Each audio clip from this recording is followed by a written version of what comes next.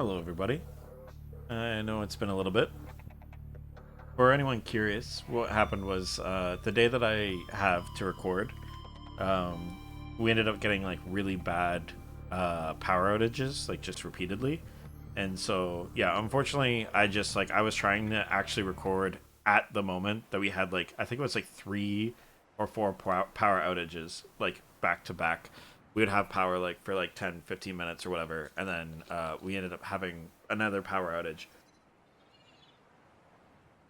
And so the time that I usually do record some of these episodes, I ended up not being able to. And so it's just been kind of like trying to catch up from here. So I do apologize. I'm actually doing this immediately after work. So if I seem a little bit out of breath, that's usually why. Work, especially my work, can be pretty crazy. Um, but Uh, we did make one of these already, right? We made a grav trap and we tried it out, and it pulled in all the fish. I do remember that. That was kind of cool. We can unpin that now, so let's just like look for that and unpin that. We can unpin the battery as well. And then where is that trap? Right here. So we can unpin that as well. So we still need to figure out how to get a mobile vehicle bay and a sea moth. Um, so we still have to scan some things. So what I had decided is we're going to get ourselves. We have some water all set up here, I believe, right? Yeah. Okay. So what we're gonna do is we are going to sea glide to areas that we have been previously. We are going to go off of memory, so I'm sorry if things are a little bit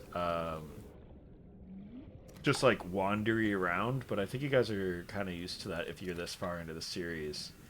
We're gonna get a couple of these just in case we need them. And then yeah, we're gonna toggle the map. So if I remember correctly, we went in this direction for quite a while actually. We're gonna surface because I think a little bit after this we start encountering there we go. We start encountering the weird, like, tentacruel creatures, and I want to give them as wide of a berth as possible. So let's just keep doing that. Here's something I can scan potentially, which is really good.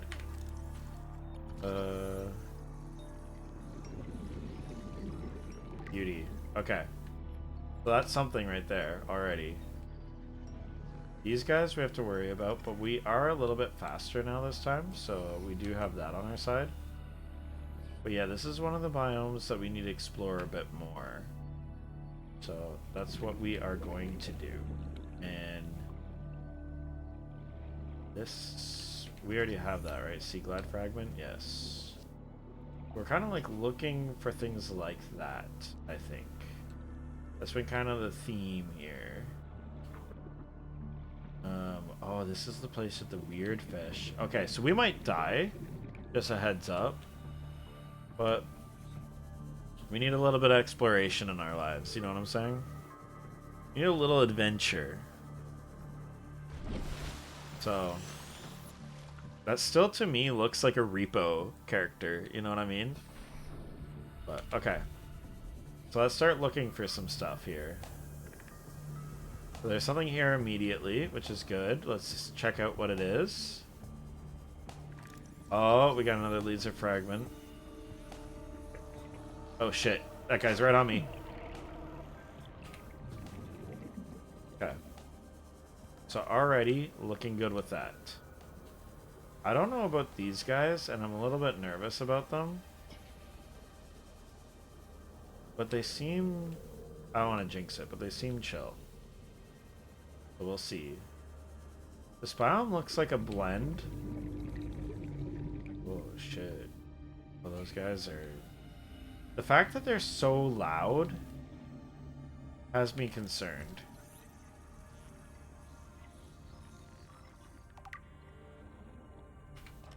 Oh shit. Knife? Where's my knife? 1. Get a little bit of this. It's just seeds. Unfortunate. Okay. We are gonna have to surface somewhere. Do we see any more boxes? Or like room of some sort? Okay, so they're all like localized over there. Let's see if we can just surface here. Well, that's not great sound. I think that's one of the like smaller fish that like attack you.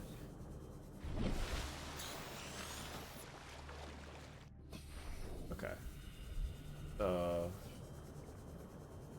What about this? Is this what we scanned? Yeah, because that guy was hanging out. Now we got one of those stalkers after me. Okay.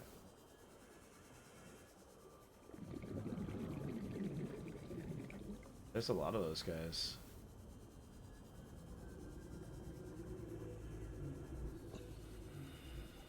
There's a fragment right there, but there's a guy. So, because I'm recording this right when I got home, my kitty is going to be a little bit excited that I'm home and might meow or might like paw at me and stuff like that. So like if you guys are...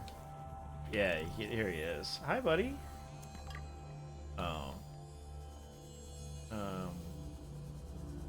Might want a little bit of attention, so I might be mildly distracted. I wanted to give you guys a head up. He's a cutie. His name is Mew. He's one of the suckiest kitties you'll ever meet. He makes best friends with like everybody. As soon as he meets them, he's like, "Yep, you are now my best friend. Just thought you should know."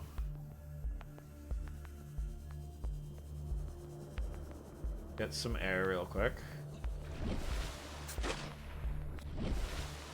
Okay. We got a laser, which is kind of fun. That could be important sometime soon, right? I don't think we explored this because there was a bad fish nearby. No, we did. Okay. Those guys are getting real close. What is this? Sea moth. Cool.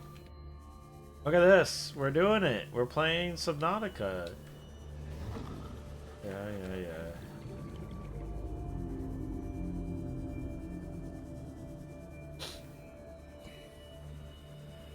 Do they follow you? Like, I just want to know how persistently they follow you if they do. What the hell? What the heck is that thing? We already got that. So I kind of want to try and explore this biome the most first. Oh my god, these things are freaking scary. We have about a minute of oxygen left.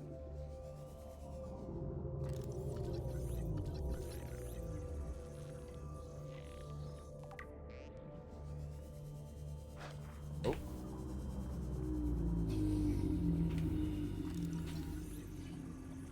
Oh, it's just gonna be carbon. Shoot.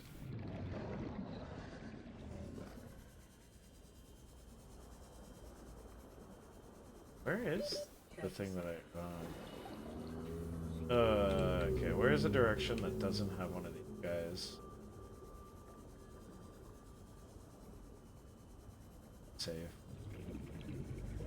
I'm not gonna have a choice. I'm not gonna have a choice, guys. Oxygen.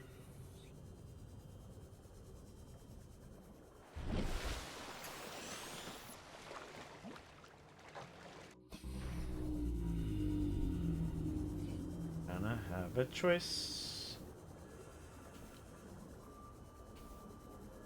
Could you imagine, like, honestly, like, you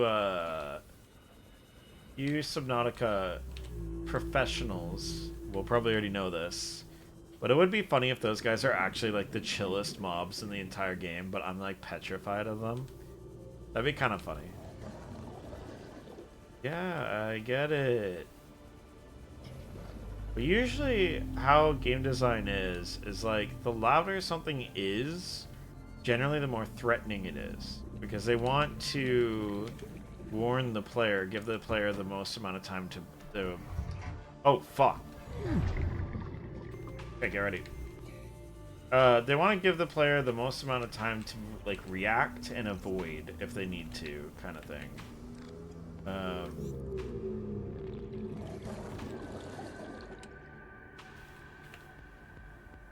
Inventory full. Okay. How do we drop stuff?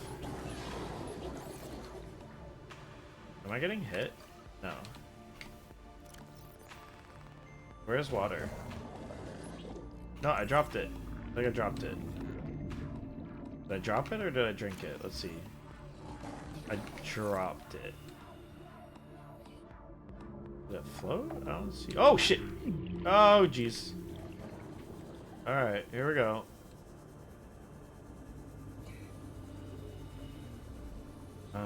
Okay. Don't have a lot of time left. We're just gonna look around. If there's anything else that kind of is sticking out to us, but it's looking pretty whatever. Okay.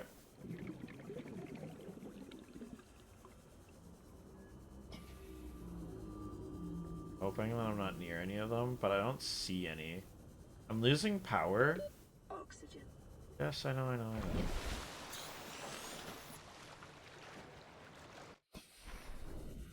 Okay. So we're gonna go back to base. We're gonna avoid those guys. The thing that worries me is that they're big, they're loud, and they're bioluminescent, which means that you are always aware of where they are. And these are all tools that like game devs can give to be like, hey, this thing will mess your day up. Oh, see, I told you, my little guy is excited. He's doing laps now. So, you know, a goofball. Oh boy. Where is our base? Right here. Okay. What's up, buddy? Lucky this area isn't too bad if you keep moving.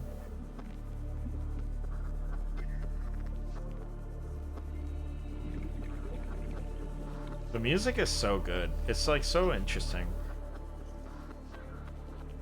I'm really curious about everyone's opinion on the sequel. If they're like excited for it, if they used to be excited for it, because I know some people might have been like really excited about it, but like Crafton isn't the most popular company right now. So like I'm very curious as to like how people like what people's opinion are of like Subnautica 2 currently. Because it's in the works right now, right? I personally am nervous. I think that there's a lot of stuff that can go wrong, and a lot of like red flags that I'm a little bit nervous about.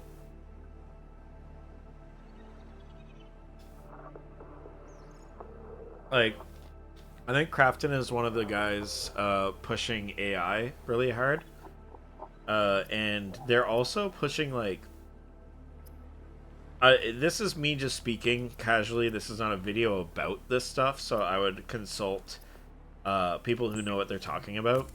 But from the little bits that I've gotten, it seems as though Crafton, the people that they work for now, is pushing the last epoch to do monetization options that are like a lot more like typical of microtransactions and all those sort of things.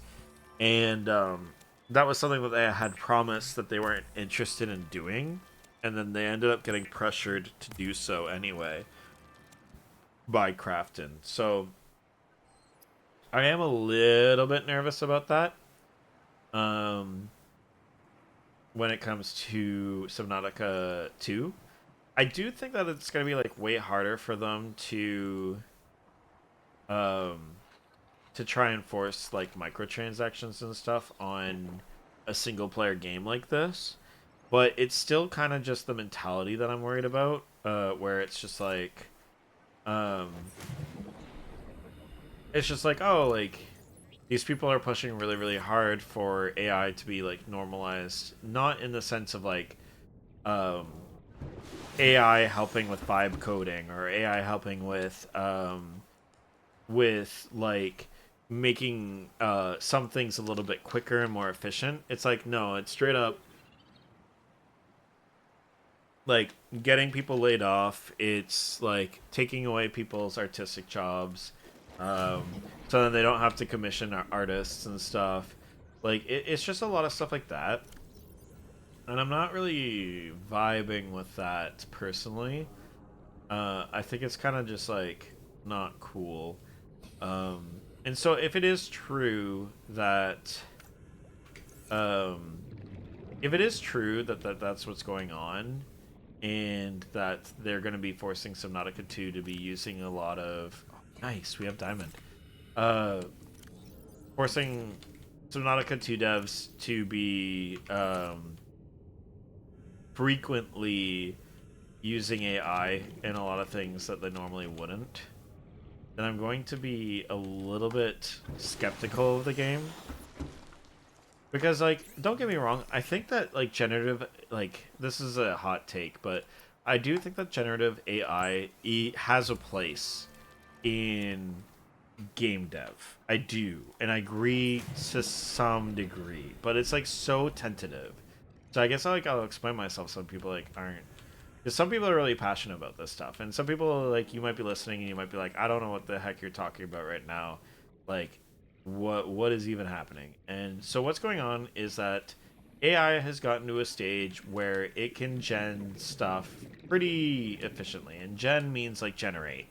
So, for example, if I wanted to make a cool fish like this, I could actually just have, like, an AI do it for me.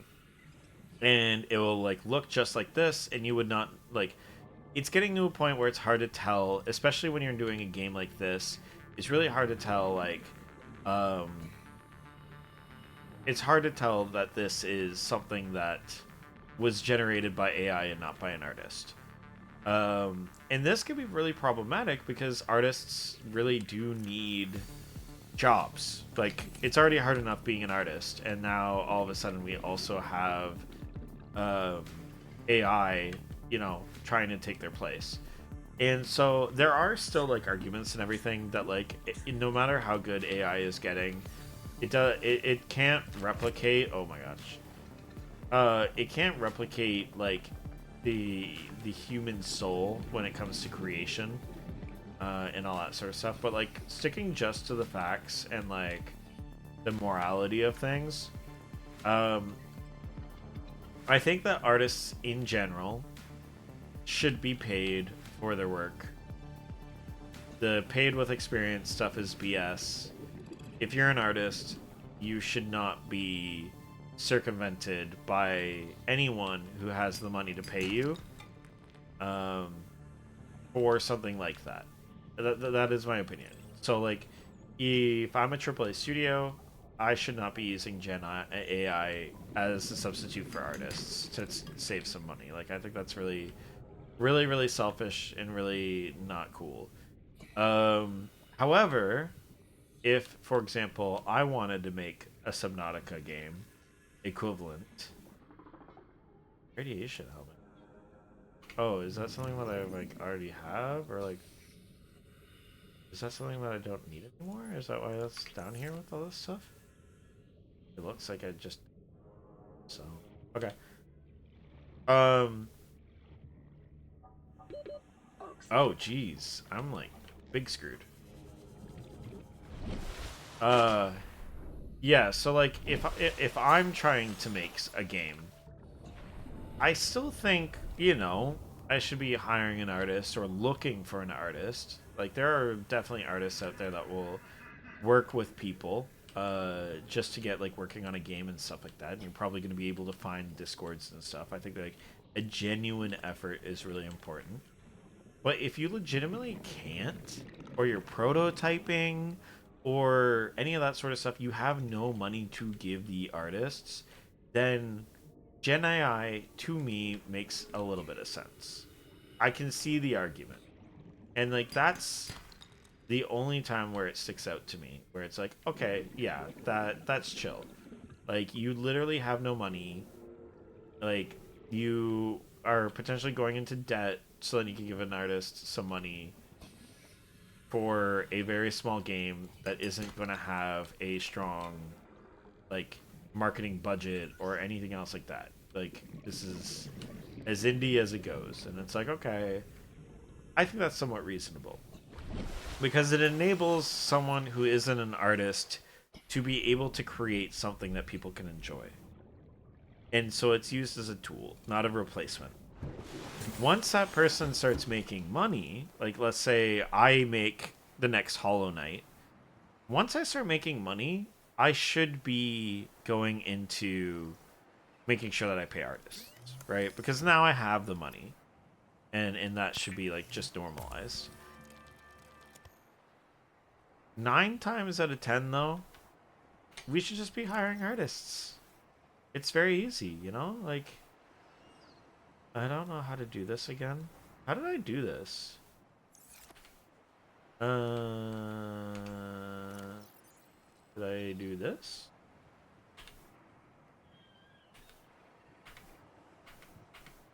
Wait. Wait, I'm so confused. Wait, where'd my seaglass?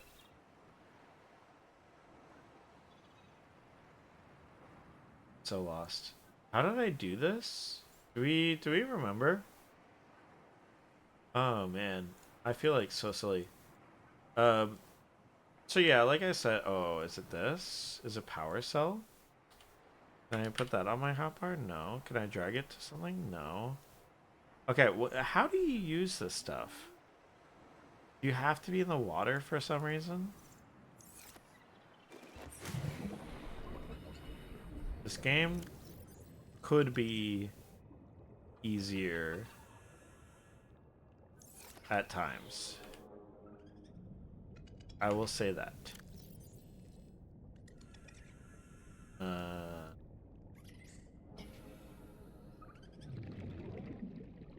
Do you have to wait until it goes to 0?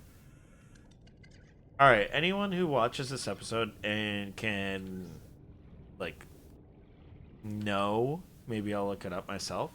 But yeah, anyone that can figure that out. Do I have to wait to get something to a 0 charged before I can, like, charge it with the battery?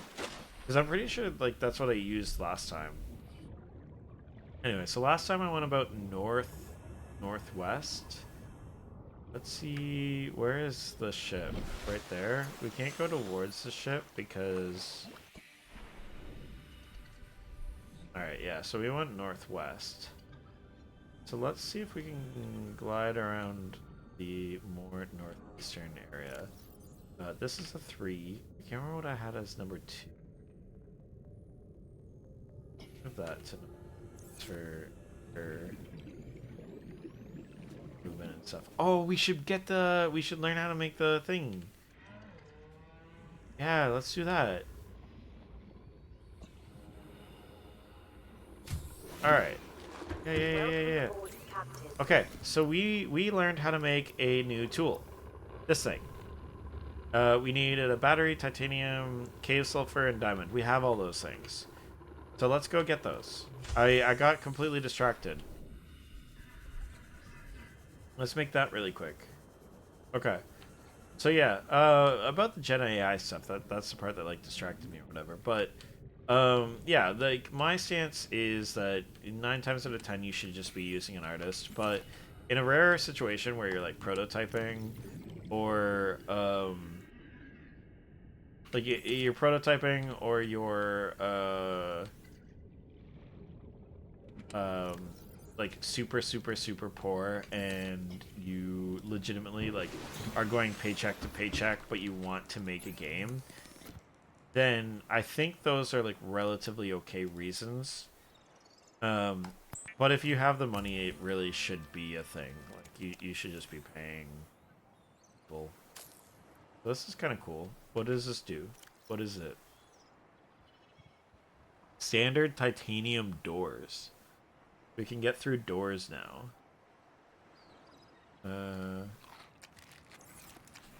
Alright.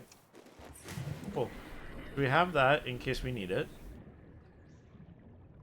And I think we're going to go on another exploration in the next episode, kind of making the same effort that we did last time. I think we really got somewhere with this. But yeah, just to finish the thought, if you are making your own game and stuff, then I think it's really important for you to try and reach out and find your own artist, you know, who is willing to work on a game with you and that sort of thing, whether it's through Discords or forums or anything else like that. I've done the same for my, like, I'm trying to make a ROM hack, and that's what I've been doing, where I've been looking for artists to be like, hey, can I use your work? Because at the end of the day, I want to make sure that I'm able to. I want to make sure that I'm using real artists' assets and stuff like that. And when I do so, I also want to make sure that like I'm on their terms, right? Because it takes so much effort. It's not just like the amount of effort that it takes to like make whatever it is that you want made. It's also the effort that it had taken all that time to get to the like stage where they can make it for you. So like what I mean by that is oh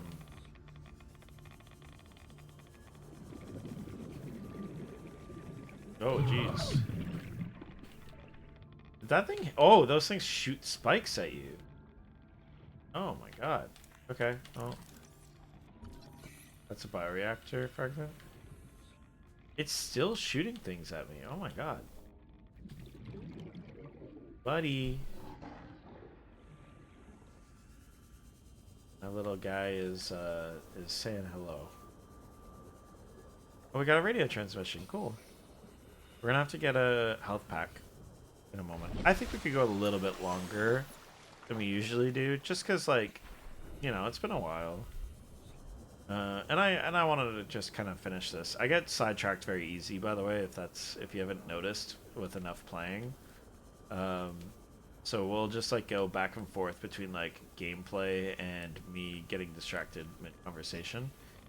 But yeah, so like I talk to artists and stuff like that, make sure that it's on their terms and that they're happy with like what I'm doing with their stuff and that sort of thing, because it takes a lot of effort to get to the ability that they got to. Like, it's discipline. Like, discipline takes time and all that sort of stuff. And so like I don't there it is, right?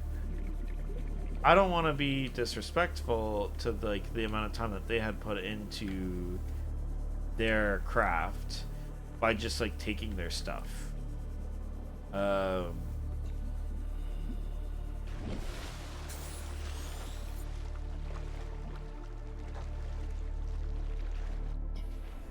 And so I want to make sure that I am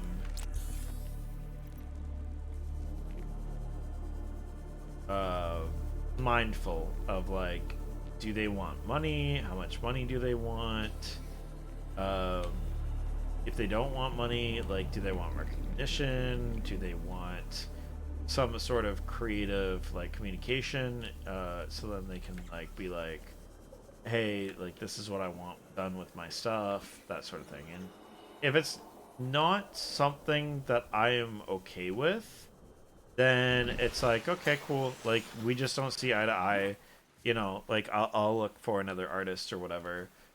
So then that way it's a little bit, you know, like, we're all on the same page and stuff. Because that's extremely important as well when it comes to things. Like, I want to make sure that everyone is on the same page creatively when things are made. Like, the final product everyone can be happy with. Not just like on a like, oh, can they like give me in trouble or whatever kind of thing. It's just like, no, like, I don't know. It's just like a respect thing, I guess. So it's just something that should just be universally done. And so now that people are caught up, I'm sorry for all the people that already know about Gen AI and maybe have talked about Gen AI um, a decent amount already. But basically, Crafton is one of the developers who has been very forward about just using it. And I kind of personally am a little bit, like I said, not so happy with that. Because, like I said, if I wanted to make my own little Subnautica game, I don't know coding very well.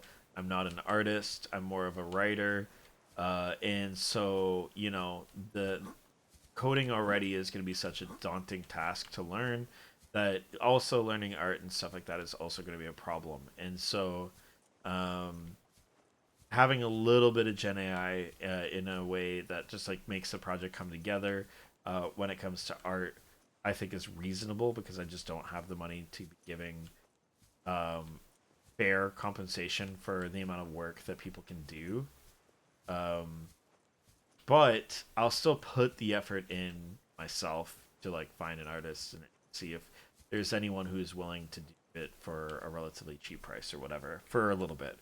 Um, and if I wanted to make like a real professional game, I would, if I can't afford it now, I would give a percentage of sales or something like that. Like find a deal where everyone could be happy. So even me, like someone that like has no resources, no artists, no nothing, you know, would still be inclined to want to do that stuff or making sure that artists have their jobs and get appreciated and paid and everything. So like I think it's the least that a real company can do to make sure that artists are paid and all that. So I don't know. I know some people might be a little turned off by that, and then also the whole legal stuff that's been going on between Crafton and the devs. I think it's. I'll try and say this stuff quickly because we're getting towards the end of the time where it gets a little bit long. But apparently, Crafton is in a lawsuit with the devs or previous devs because so-called like Crafton, the I guess is the developer or not the developers, the distributors, as far as I'm aware. But basically, the bosses are mad because they claim that the devs are stalling on the development of the game because they have a contract where if it takes a certain amount of time to be made, then they can make like extra money because they're basically selling the company or selling the IP. And so there's some sort of contract where it's like if the devs were to make money by having it released in a certain date after they were acquired, then they get compensated for that. And so it sounds like the two of them are trying to push in opposite directions where like one of them wants Subnautica 2 to come out like as soon as possible, regardless of if it's buggy and if it's bad and all that sort of stuff, because then they get more money out of the contract and they just can like like wash their hands of the situation. Um, and then the other one is saying that they're being forced to crunch and they're being forced to um, they're being like forced to put out a product that isn't good or whatever. Sorry, I might have gotten scrambled there. I just finished, like I said, I just finished work. One's basically saying that they're stalling. The other one is saying that they're rushing to get a payout. And so it's just like really hard to get the facts out of the situation. Um, and it's really hard to like see like either way. I think that's a red flag, right? Because no matter what, one of them is quote unquote in the right. And if the devs are in the right where they are trying to um where like crafter sorry the developers are essentially rushing the job so then they can get um, their payout, then Subnautica is going to be buggy. It's going to be rushed. It's not going to like. It's probably going to be really short. Um, there's going to be issues. But if the devs are right, then we're getting a situation where um, you know it's it is just potentially being stalled out, and it's not going to be coming out, and it's just like no matter what, it sounds like both of them are just trying to get like maximize the amount of money that they.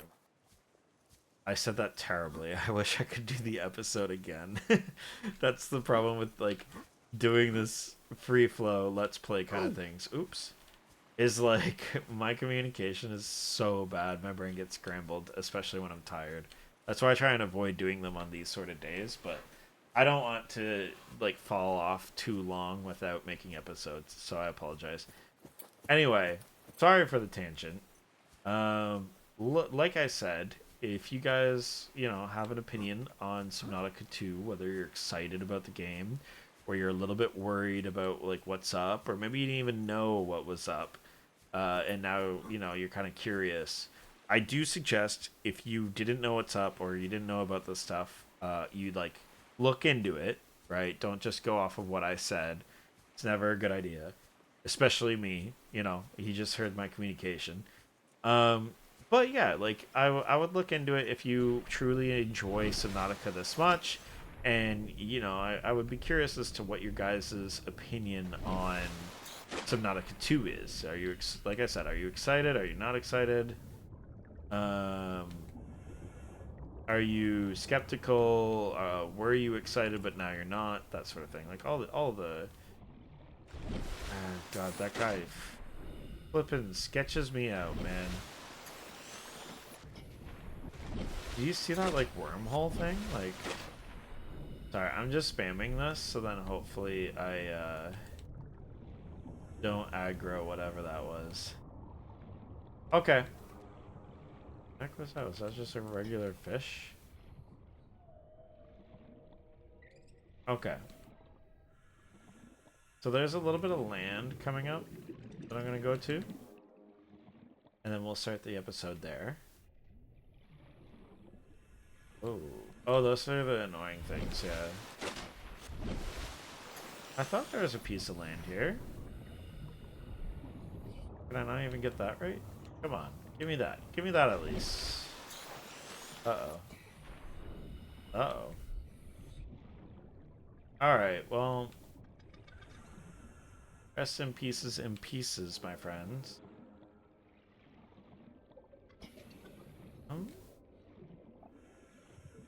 How far away is it? Oh god. Okay, you know what? Let's do this, guys. Let's just gun it. Let's just gun it. I'm glad that my friend helped me out that little bit to just give me the little bit of advice to scan things. I think that has completely changed everything. We got a radio thing. What do you call it? We got a radio message that we can check out when we get home in the next episode. And then we can explore a new, like, kind of the other biomes. It looks like the biomes dictate what, like, scans you can do. Oh. Oh. Interesting. And so it's looking like we need this sort of biome with the red grass. We kind of need that in order to find the remaining seaglass that we need. So, all right, guys, thank you so much. A little bit of a rant. Sorry about that. But I wanted to just check in and say hi, guys, and yeah, it was on alright time, and I think that we got a new laser thing that we can try out at some point. Look at this. Yeah, so we'll try that out at some point, maybe. Well, if we find a titanium door, which would be pretty cool. We're gonna keep exploring. We're gonna do this radio. Hopefully, we'll unlock the seaglass. That thing looks sick. It might be just like a submarine, which is gonna be extra cool. Yeah, and we're gonna explore the other biomes now that we have a little bit of speed. I am gonna look into how to